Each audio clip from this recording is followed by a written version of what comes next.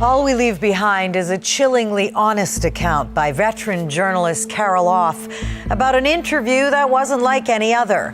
It changed a lot of lives, including her own. The book is about her tireless efforts to bring Asad Aryubwal and his family to Canada after he became a target of the Taliban for speaking to Carol about the crimes of an Afghan warlord. For Carol, this was personal. It led her to break her own rules of journalistic detachment. At a time when the lines between news and activism are under public scrutiny, Carol Off delivers a profoundly human account of how potentially conflicting interests can play out behind the camera. Asad Aryubwal, I met him when we were doing a documentary after 9/11, and I was in Afghanistan covering the war.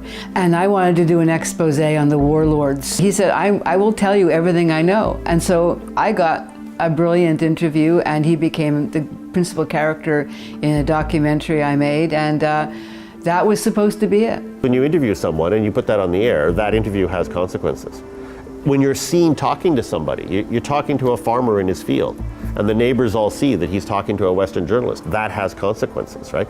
Everything you're doing has consequences for the people. And so the book is an extended reflection then upon what kind of responsibility reporters have for all of this. The warlord knew about the documentary, and he sent his thugs to see Asad Aryubwal and said, you got a choice. You either leave Afghanistan with your family, or you will die. He was in danger because I had done this. It was my responsibility. I couldn't leave him behind. I didn't do it as a journalist, stay with him. I did it as a human being. What she does is just simply raise a lot of very, very probing and important questions that I think any journalist could benefit from reading this book.